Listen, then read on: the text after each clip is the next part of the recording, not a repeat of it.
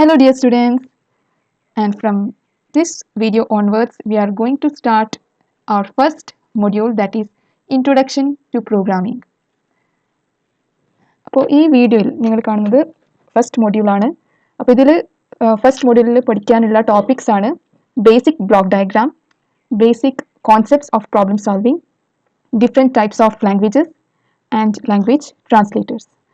So ഈ basic കാര്യങ്ങൾ നിങ്ങൾ ഓൾറെഡി അറിഞ്ഞിട്ടുണ്ടോ, പക്ഷേ I'm going to start it again. Okay, so one by one each topic will just go through it.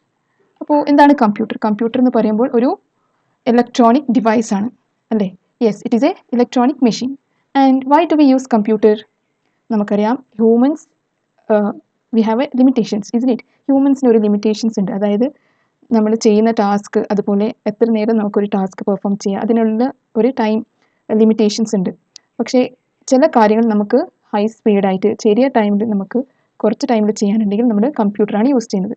ഒരു ചെറിയ example പറയുകയാണെങ്കിൽ, ഇപ്പോൾ I'm giving a math problem like to add numbers 1 + 2 + 3 + 4, ഒരു 5 numbers add ചെയ്യാനുള്ള ഒരു ടാസ്ക്കാണ് ഞാനൊരു ഹ്യൂമന് കൊടുത്തത്.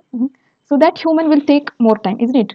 അവർ കുറേ ടൈം എടുക്കും. പക്ഷേ കമ്പ്യൂട്ടറിനാണ് നിങ്ങൾ ഈ ഒരു ടാസ്ക് കൊടുത്തിട്ടുണ്ടെങ്കിൽ ആ കമ്പ്യൂട്ടർ ഇത് ചെറിയ ടൈമിനുള്ളിൽ നിങ്ങൾക്ക് റിസൾട്ട് കിട്ടും. അപ്പോൾ computer is a high speed electronic device which is used for processing data. അപ്പോൾ മെയിൻലി ഡേറ്റ പ്രോസസ്സ് ചെയ്യാൻ വേണ്ടിയിട്ട് നമ്മൾ യൂസ് ചെയ്യുന്ന ഒരു ഡിവൈസാണ്. And there are different features of personal computer. അപ്പോൾ ഇതിൽ ഫീച്ചേഴ്സ് എന്ന് പറയുന്നത് speed, accuracy, storage, versatility, diligence and reliability, ഇതൊക്കെയാണ് ഫീച്ചേഴ്സ്. പിന്നെ മെയിൻ കോമ്പണൻസ് ഓഫ് കമ്പ്യൂട്ടർ. അപ്പോൾ മെയിൻ കോമ്പണൻസ് ഓഫ് കമ്പ്യൂട്ടറിൽ നിങ്ങൾ block diagram of a computer പഠിക്കുന്നുണ്ട്, അല്ലേ? അപ്പോൾ അതിൽ മെയിൻ കോമ്പണൻസ് ആണ് input unit, CPU, memory, output unit.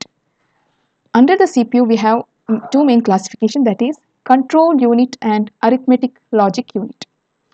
And also we have registers. Registers എന്ന് പറയുമ്പോൾ അതൊരു സ്റ്റോറേജ് ഡിവൈസ് ആണ്. Okay, and it is the high speed storage device. അപ്പോൾ ഇതാണ് ബേസിക് കാര്യങ്ങൾ. ഇൻപുട്ട് യൂണിറ്റ് എന്താണ്, ഔട്ട്പുട്ട് യൂണിറ്റ് എന്താണ്, നിങ്ങൾക്ക് ഓൾറെഡി ഇതിൻ്റെ ഐഡിയ ഉണ്ടാവും, അല്ലേ?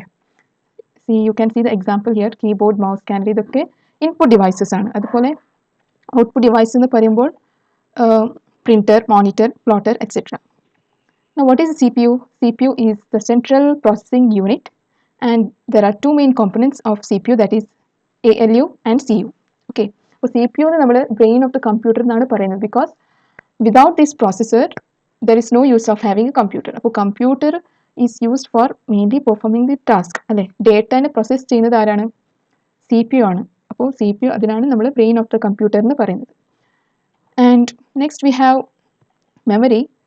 അപ്പോൾ similar to human memory we also have computer memory. അപ്പോൾ mainly two types of computer മെമ്മറിയാണ്, primary memory and secondary memory, and also cache memory. Mainly two types ആണ്. ഓക്കെ, അപ്പോൾ പ്രൈമറി മെമ്മറിയിലാണ് റാം, റോം വരുന്നത്. അതുപോലെ സെക്കൻഡറി മെമ്മറിയായ ഈ hard disk, SD card, pen drives, ഇതൊക്കെ സെക്കൻഡറി മെമ്മറിയാണ്.